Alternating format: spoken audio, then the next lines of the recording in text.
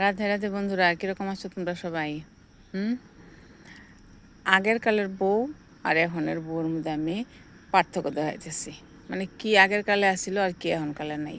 আগের কালের বউ যেরকম আমরা সময়ের বউ, এই যে আমরা সময়ের বউ দেখাই। শ্বশুর বাড়ির মধ্যে যদি আলাপ করানো লাগছে তো এরকম করে আলাপ করানো লাগছে, কিচ্ছু দেখতা না, এই নিচে দিয়া যা দেখবা দেখবা। আর এখনকালের বউ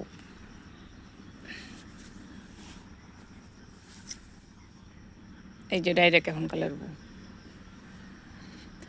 বিয়ার পরেও ঘুমটা দেওয়ার কোনো দরকার নেই কে, কারণ টর্চার নেই, বুঝছো? আগের কালে তো টর্চার আছিল, বিরাট টর্চার।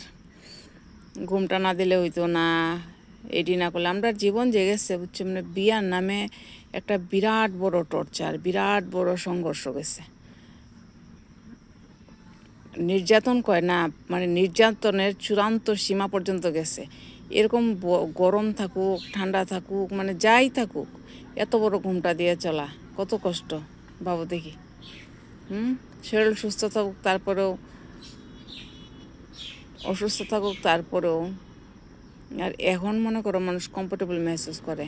এখন এখন আমিও দিই না, আগে দিছি, এখন শ্বশুর শাশুড়ি আছে তারপরেও দিই না, তার সামনেও দিই না। তা আগে তুমি এত শক্ত কানুন বানাইলাই, আগে তুমি এত শক্ত শাসনের উপরে বউ তারারে রাখলাই, আর যেই তোমরার বয়স বেশি হয়ে গেল গা, এই তখন তোমার বউ তারা তোমরারে মানলই না। কারণ এই যে টর্চার দি, এই টর্চার দি তো মনে আছে যে কি টর্চার করা হয়েছে। তুমি নিজের থেকে খারাপ কিছু কইরো না, আমি সবসময় কই। আর কেউ খারাপ করলে সেটার বরদাস্ত কইরো না। রাধে রাধে।